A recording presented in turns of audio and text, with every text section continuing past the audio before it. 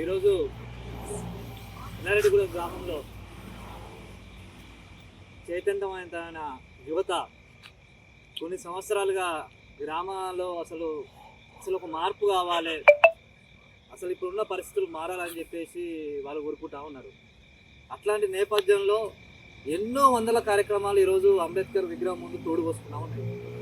మరి ఇట్లాంటి సందర్భంలో మనోళ్ళు ఇప్పుడు అందరూ ఒక ఎందుకంటే ఈశ్వర్ బాబాయ్ గారు కావచ్చు, తర్వాత దిలీప్ గారు కావచ్చు, కత్తుల దాస్ గారు కావచ్చు, మేడి అశోక్ గారు కావచ్చు, వాసుదేవ్ కావచ్చు, కత్తుల స్వామి గారు కావచ్చు, తర్వాతకి నారపాక రాజు గారు కావచ్చు, తర్వాత దండు ప్రశాంత్ గారు కావచ్చు, ఇంకా మిగతా సభ్యులంతా కూడా ఈరోజు అందరేమో ఒక కల్చర్ నడుస్తుంటా ఉంది, ఒక నడుస్తూ ఉంది. కానీ మనోళ్ళు అంతా ఏంది, ఏదన్నా ఒకటి సమాజంలో ఒక మార్పు కావాలని చూస్తూ ఉన్నారు. అయితే మన మేడి అశోక్ గారు మాట్లాడుతూ ఏం చెప్పారంటే సామాజిక పరివర్తనలు అనే మాట చెప్తా ఉన్నాడు. అట్లనే మన మహనీయులు బాబాసాహెబ్ అంబేద్కర్ గారి గురించి కూడా సామాజిక పరివర్తనలు అంటున్నాం. ఈ రెండింటి మధ్య జనాలకు కన్ఫ్యూజ్ ఉంది బాగా. అసలు వాళ్ళు చేసేది ఏంటి, మరి ఈ పరివర్తన ఏంటి? సామాజిక సేవ చేసి నాయకుడిని అయితే అంటున్నారు, సామాజిక పరివర్తన చేసి నాయకుడు అయితే అని ఇంకోళ్ళు ఉన్నారు మన మేధావులంతా. అయితే సామాజిక సేవ అంటే ఏంటి, సామాజిక పరివర్తన అనేది ఈ రెండు అంశాలపైన స్పష్టమైన ఒక వైరుధ్యం అర్థమైనప్పుడు సమాజంలో సేవ కావాలా పరివర్తన కావాలనేది సమాజాన్ని నిర్ణయం తీసుకుంటూ ఉంటుంది. సామాజిక సేవ అంటే ఏంటంటే ఒకరికి ఆపదైనప్పుడు పోయి ఒక 1000 రూపాయలు ఇచ్చి, లేకపోతే ఒక ఆయనకు చదువు ఇబ్బంది ఉన్నప్పుడు ఒక 5000 చేతిలో పెట్టి చదువుకో అని చెప్పి మళ్ళీ తెల్లారి ఇక ఆ పిల్లవాడు అప్పటి మంది అవసరాలు తీసుకుని తెల్లారి ఇక మళ్ళీ నెక్స్ట్ రోజు ఇంక నెలకో సంవత్సరానికో మళ్ళీ ఇంకా చేతులు జాగే పరిస్థితి ఉంటుంది. సామాజిక పరివర్తన అంటే ఏంది, మనిషిలో ఉన్న అసలు 1000 రూపాయలు తీసుకొని ఈ ఒక్కరోజు అవసరాలు తీసుకునే ఆ వ్యక్తికి ప్రతిరోజు 1000 రూపాయలు ఎట్లా సంపాదించాలి ఆలోచనని వాళ్ళు మనసులో ఒక మానసిక వ్యవసాయం చేసి ఆ మనసులో మార్పు తీసుకొచ్చి అసలు ప్రతిరోజు 1000 రూపాయలు సంపాదించడం ఎట్లా, ప్రతిరోజు అసలు ఎట్లాంటి ఆలోచన ఉండాలి అనే ఒక చేంజ్ తీసుకొచ్చి ఈరోజు ఆ మనిషిని దీర్ఘకాలికంగా మార్పు తీసుకొచ్చేదే సామాజిక పరివర్తన. అట్లాంటి సామాజిక పరివర్తన చేసిన వాళ్ళు ఎవరైతే ఉన్నారో బాబాసాహెబ్ అంబేద్కర్ కానీ, కాంచీరామ్ గారు కానీ, బుద్ధుడు కానీ, పూలే గారు కానీ, సాహుజీ మహారాజ్ గారు ఎంతో మంది ఉన్నారు. ఇట్లాంటి గొప్ప గొప్ప మహనీయులు ఆదర్శంగా తీసుకొని ఈరోజు ఎల్లారెడ్డిగూడెం గ్రామంలో ఒక చైతన్యవంతమైన యువత సామాజిక సేవ మాత్రమే కాదు, సామాజిక పరివర్తన కావాలి, మా సమాజానికి వాళ్ళ పునాదులు బలంగా కావాలన్న ఉద్దేశంతో ప్రతిరోజు వాళ్ళు బలంగా నిలబడాలి, గూడు గుడ్డ దాటి ఆకలి దాటి వాళ్ళు నెక్స్ట్ లెవెల్ ఆలోచించాలనే ఉద్దేశంతో ఈరోజు సామాజిక పరివర్తన ఉద్యమానికి శ్రీకారం చుట్టినాయి. నిజంగా ఎల్లారెడ్డిగూడెం గ్రామ యువతకి, ఈ బహుజన యువతకి నిజంగా చెప్తున్నా, అంబేద్కర్ సాక్షిగా నిజంగా జైభీం తెలియజేసుకుంటూ వాళ్ళ యొక్క కృషి ఖచ్చితంగా ఎల్లారెడ్డిగూడెం చరిత్రలో సువర్ణ అక్షరాలతో లిఖించబడుతుంది. ఆ సువర్ణ అక్షరాలు లేని ఈ జాతులు ఖచ్చితంగా చెప్తున్నా కదా, ప్రతి గుడ్డ మీద ఈరోజు ఈ భీమా కొరేగా ఉద్యమంలో భీమా గారు విధానంగానే మహర్లు పోరాటం చేసిన సందర్భాన్ని మనం గుర్తు చేస్తూ ఉంటాం. మహారాష్ట్రలో 3 రకాల కులాలు ఉన్నాయి. భారతదేశంలో అన్టచబిలిటీ అనే దాన్ని, అంతరానితనం అనే దాన్ని ప్రధానంగా ఏం చేశారంటే చర్మకారులకు ఆపాదించారు. చర్మకారులు అంటే తోలు పని చేసిన వాళ్ళు ఉంటారు. తోలు పని చేసిన వాళ్ళకి ఏం చేశారంటే అంటరానితనం ఆపాదించారు. అట్లే కొన్ని చోట్ల గౌన్లకు అంటరానితనం ఆపాదించారు. కొంతమంది ముద్రాజులకు చేసారు, కొన్ని కాడ సహలకు చేసారు. ఇవన్నీ ఉన్నా కూడా అట్టడుగున ఉన్న మాదిగ జాతి ఏదైతే తోలు పని చేసే జాతి ఏతుందో ఈ జాతికి ఏది అంటరానితనం ఆపాదించారు. మరి నిజంగానే భారతదేశంలో మాదిగలకు అసలు ప్రతి ప్రాంతంలో తోలు వృత్తి చేసే కులాలకి ఒక్కొక్క పేరుతో పిలిచారు. మరి తోలు పని అంటే ఏం చేస్తారు, సచ్చిన గొడ్డను గుంజుకొచ్చి ఆ గొడ్డను చర్మం ఒలిచి ఆ చర్మాన్ని తంగడి చెక్క పెట్టి లందలేసి శుభ్రం చేస్తే అదొక వృత్తి. ఆ లందలేసిన తోలు శుభ్రం చేసి ఆ తోలు తీసుకుపోయి ఇంకో ఆయనకి ఇస్తే చెప్పులు కుడతాడు, ఇదొక వృత్తి. ఆ తోలు తీసుకుపోయి ఇంకో ఆయనకి డబ్బులు ఇస్తే డబ్బులు కుడతాడు, ఇంకో పని. ఇది ఈ చర్మకార ప్రొఫెషన్కి సంబంధించింది. మొత్తం ఈ 4 రకాల అంశాలు ఉన్నాయి. మన ఎల్లారెడ్డిగూడెంలో కూడా తోలకారకారం ఉంది. 1980లో ఇందిరా గాంధీ వచ్చినప్పుడు మన ఊర్లో ఎల్లారెడ్డిగూడెంలో ఏ ఊర్లో కూడా లేదు కానీ ఎల్లారెడ్డిగూడెం గ్రామంలో తోలకారకారం ఉంది. అంటే ఆ తోలకారకారం మహారాష్ట్ర ఉంది, ఆ తోలకారకారం ఉత్తరప్రదేశ్లో ఉంది, ఆ తోలకారకారం తమిళనాడులో ఉంది, ఆ తోలకారకారం ఎల్లారెడ్డిగూడెంలో ఉంది. అట్లాంటి ఈ లంద, ఈ తోలు, ఈ చర్మంలో పుట్టిన అసలు ఈ జాతులు ఏం చేసినాయంటే మహర్లనే ఈ కులం గొడ్లను గుంజుకొచ్చి ఆ గొడ్లను తోలు వరిసి ఆ తోలుని తంగ చెట్టు పెట్టి క్లీన్ చేసి శుభ్రం చేస్తే మహారాష్ట్ర ఉన్న ఈ తోలు తీసుకపోయి మామూలకు ఇస్తే వాళ్ళు ఏం చేసి డబ్బులు తయారు చేసి ఆ మహర్లు ఈ తోలు తీసుకపోయి చమార్లకు ఇస్తే వాళ్ళు చెప్పులు కొట్టారు. ఈ 3 పనులు తెలంగాణలో మాదిగోళ్ళు చేస్తారు. ఈ 3 పనులు మహారాష్ట్ర చేసే 3 కులాల్లో 3 పనులు చేసి ఆ తోలు పని ఓన్లీ ఇది చేస్తారు. ఇట్లాంటి తోలు పని చేసే జాతి అంటరానితనం ఉంది, మీరు అంటరానితనం ఉంటుంది, మీకు వాసన వస్తుంది అని ఒకప్పుడు చెప్తా ఉంటే ఎప్పుడు వెనకనగా 600 సంవత్సరాల కిందట సంప్రదాయదాస్ గారు అని ఒక గొప్ప ఉత్తరప్రదేశ్లో ఒక బౌద్ధ మంతు సారనాథ్లో పుట్టిన ఆయన సమాజాన్ని చైతన్యం చేస్తూ ఉత్తర భారతదేశం మొత్తం కలిగించిండు. అట్లా ఆయన ఏం మాట చెప్తాడంటే, మన్ చంగాతో కటౌతి మీ గంగా అన్నాడు. మన్ చంగాతో కటౌతి మీ గంగా అన్నాడు. మన్ చంగాతో కటౌతి మీ గంగా అంటే గంగా నదిలో నీళ్లు మన ఊర్లో వెనకట ఊరు మధ్యలో ఉన్న బయట నీళ్ళు తాగుతాను కూడా మనకు హక్కు లేని పరిస్థితి ఉండే. ఎక్కడ ఊరవతల బోరింగ్ పెడితే దాంట్లో కొట్టుకోవాలి. అట్లనే గంగా నదిలో కూడా ఏంది ఒక పవిత్రత ఉన్నది. గంగా నదిలో మాదిగోలు పోవద్దు, గంగా నదిలో తోలు పని చేసుకున్నప్పుడు ఓటు పుట్టుకోవద్దు, ఇంకో నదిలో ఓటు పుట్టుకోవద్దు. ఇట్లాంటి సందర్భం ఉంటే సంతరాజాస్ గారు ఏమన్నాడు, ఈ మన చెంగాతో కటవుతుంది గంగా అంటే నీ మనసు స్వచ్ఛంగా ఉన్నప్పుడు, నీ మనసు నిర్మలంగా ఉన్నప్పుడు, నీ మనసులో ఓ దురుద్దేశం లేని ఒక నిజాయితీ ఉన్నప్పుడు నీ గంగా నదిలో ఏదైతే పవిత్రత ఉన్నా అన్నావు కదా, నీ గంగా నదిలో ఉన్న పవిత్రత కంటే ఓ మాదిగోని తోళ్ళందలో ఉన్న నీళ్లు నీ గంగా నది కంటే ఎక్కువ పవిత్రత ఉంటాయని చెప్పారు.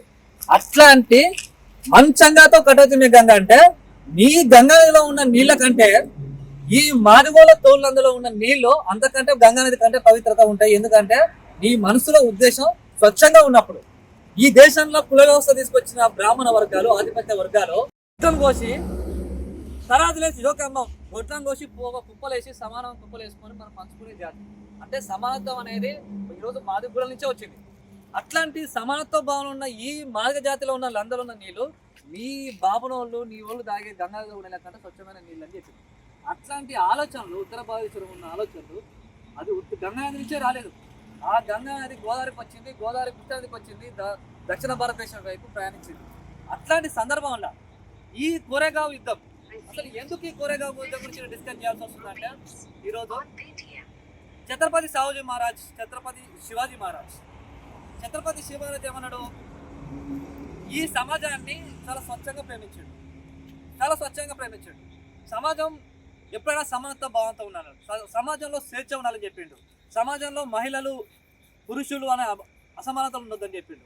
ఇట్లాంటి ఈ శివాజీ గారి ఆలోచనలకి ఉత్తర భారతదేశం నుంచి వచ్చిన ఆ కుల వివక్షత సంబంధించిన కుల నిర్మూలన ఉద్యమాల నుంచి వచ్చిన ప్రభావంతో ఇది ఛత్రపతి శివాజీ గారు ఈరోజు ఒక విస్తారంగా మహారాష్ట్రలో ఒక రాజ్యాన్ని స్థాపించారు.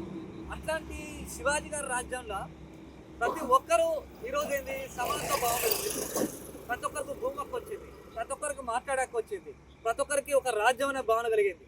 ఈ రాజ్యం అనే భావన శివాజీని ఈరోజు విషం పెట్టి చంపి ఈరోజు ఆయన సంభాజీని కూడా కుట్రపూరితంగా చంపిన ఈ పీష్వా బ్రాహ్మణులు ఎవరైతే ఉన్నారో, ఈ పీష్వా బ్రాహ్మణులు సంభాజీ శివాజీని కుట్రపూరితంగా వీళ్ళు ఎన్నుకోడు పడిచి చంపే కుట్రలో వీళ్ళు భాగమయ్యి శివాజీ వంశాన్ని తీసేసి మరాఠా రాజ్యం పేరు మీద వీళ్ళు పీష్వా బ్రాహ్మణులై శివాజీ వంశాన్ని ఒక నామినల్గా ఉన్న ఒక రాష్ట్రపతిలాగా పెట్టి వీరు పరిపాలన చేసే పరిస్థితి ఉంది.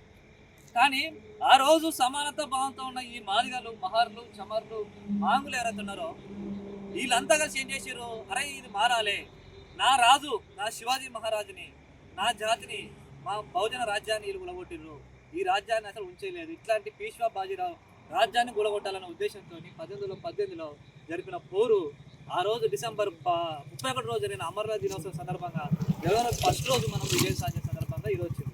మరి యుద్ధం ఏమిస్తుంది? ఎప్పుడైనా ఏదైనా పోరాటం అనేది ఒక మార్పు ఇస్తుంది. ఏదైనా ఒక పోరాటం అనేది ఒక సమానత్వం కానీ ఏదైనా ఒక పురోగతికి సంబంధించిన గొప్ప ఆలోచన పుట్టిస్తూ ఉంటుంది. మరి యుద్ధం అనేది ఎప్పుడైనా కూడా గతాన్ని తొలగిస్తూ కొత్త ప్రపంచానికి వాగ్దానం చేస్తూ ఉంటుంది. మరి ఈ యుద్ధం ఏం చేసింది? మన నిజమే ఈరోజు ఏమరు మేడా అశోక్ గారు కావచ్చు, తర్వాత వాసు గారు కావచ్చు, నరపాక రాజు కావచ్చు, ఇక్కడ కొంతమంది బుద్ధిజీవులు ఏదైతే సమాజం బాగుండాలని ఆలోచన ఉన్న కొంతమంది బుద్ధిజీవులు చెప్పిన విషయం ఏంటంటే, అసలు యుద్ధం జరిగింది, యుద్ధంతో మనం విముక్తి అయినాం, మరి యుద్ధం వల్ల మనకి ఏమొచ్చిందనే కూడా మనకు జరగాల్సింది. మరి 1818 యుద్ధం జరిగింది. 1818 యుద్ధం జరిగిన తర్వాతనే ఈ భారతదేశంలో ఓన్లీ ఎవరికి కొన్ని వర్గాలకు మాత్రమే సాంప్రదాయబద్ధంగా ఉన్న వేదాల ఎడ్యుకేషన్ ఒకటి ఉంది. వేదాలే చదవాలి, సంస్కృతాలు చదవాలి, ఇక మిగతా ఏం చదవద్దనే ఉద్దేశంలో ఉన్నప్పుడు అసలు ఇది కాదు. అసలు భారతదేశంలో మనిషికి సమాజం మీద ఒక జ్ఞానం ఉండాలి, కనీసం ఒక రాజనీతి శాస్త్రం అవగాహన ఉండాలి, ఒక సామాన్య శాస్త్రంపైన అవగాహన ఉండాలి, సమాజంలో ఏ వ్యవస్థ అవగాహన ఉంది, భారతదేశంలో సామాజిక వ్యవస్థలు ఎట్లున్నాయి. ఈ యుద్ధం వల్ల భారతదేశంలో మొట్టమొదటిసారిగా విద్య ప్రవేశపెట్టబడింది. ఈ విద్య నుంచే మహాత్మా జ్యోతిరావు పూలే గారు చదువుకున్నారు. ఫస్ట్ ఈ యుద్ధం నుంచే మహాత్మా జ్యోతిరావు పూలే గారు చదువుకున్నారు. ఈ చదువుకొని ఆయన ఏం చేసిండు, ఇదే క్రిస్టియన్ మిషనరీస్ కావచ్చు, ఇట్లాంటి దాంట్లో కానీ అప్పుడున్న బ్రిటిష్ ఎడ్యుకేషన్ తోటి వీళ్ళు చదువుకున్న తర్వాత పూలే గారు ఏం చేసిండ్రు, అసలు ఈ సమాజాన్ని ఎట్లయినా మార్చాలన్న ఉద్దేశంతో ఈ భారతదేశంలో అసలు విద్య ద్వారా మార్పు జరుగుతుందని చెప్పేసి ఏం చేసిండు, అరే ఎందుకు ఈ కులాల అసమానతలు జరుగుతున్నాయి, ఈ కులంలో ఎందుకు ఇట్లా జరుగుతుందన్న ఉద్దేశంతో అరే విద్య లేక వివేకం లేదు, వివేకం లేక పైసలు లేవు, విత్తం లేక అసలు ప్రోగ్రెసివ్ థాట్స్ లేవు, మంచి ఆలోచనలు లేవు, ఆలోచన లేదు కాబట్టి అభివృద్ధి లేదు, కేవలం విద్య లేకపోవడం ఇట్లా అయిపోయింది. కాబట్టి ఈ విద్య అందరికీ విశ్వవ్యాప్తం కావాలి, సంపన్న వర్గాలకు సంపన్న కులాలకు ఇది అందాలన్న ఉద్దేశంతో జ్యోతిరావు పూలే గారు ఏం చేశారు, ప్రతి ఊరిలో ఏం చెప్పిండు. జ్యోతిరావు పూలే అనగానే చాలా మంది ఏం చెప్తారు, ఈయన పెన్ను పుస్తకాల ఉద్యమం చేసిండు, నేను కూడా స్కూల్కి పోతా, జ్యోతిరావు పూలే జయంతి రోజు పుస్తకం ఇస్తా, పెన్ను ఇస్తా, నేను కూడా విద్య కోసం చేసిన అని ఆఖరికి ఏం చేశారు అంటే పెన్ను పుస్తకాల ఉద్యమకారుడు అనే కారికి తీసుకొచ్చారు ఈరోజు భారతదేశంలో. మరి జ్యోతిరావు పూలే అంటే ఏం చెప్పిండు, సావిత్రిబాయి పూలే గారు ఒక మాట చెప్తారు. ఏం చెప్తారు, కీడు చెడు పోవాలి, బలిచక్రవర్తి రాజ్యం రావాలి, కులం జాతి నశించాలి, బలిచక్రవర్తి రాజ్యం రావాలని.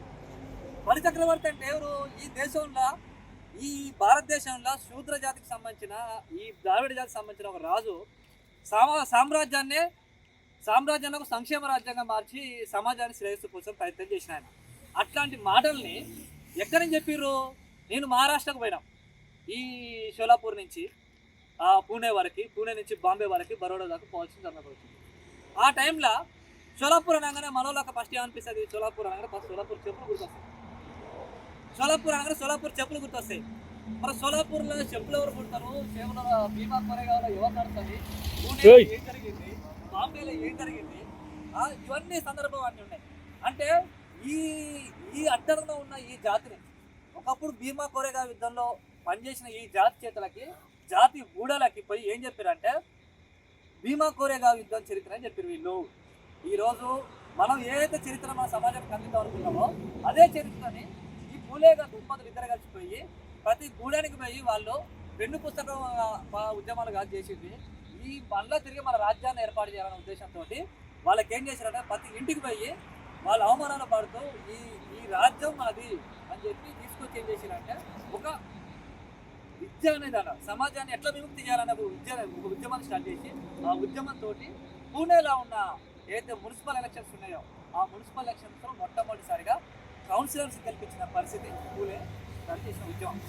అంటే పూలే గారు భీమా కోరేగా యుద్ధం స్ఫూర్తిని ప్రజలలో నింపి ఆ ప్రజల నుంచి వచ్చిన ఆ ప్రజలలో ఒక రాజకీయ చైతన్యం రగించి ఈరోజు ఏం చేసిర్రు, పూణేలో ఒక మున్సిపల్ కౌన్సిలర్ గెలిపించిన పరిస్థితి ఈరోజు పూలే గారు చేశారు.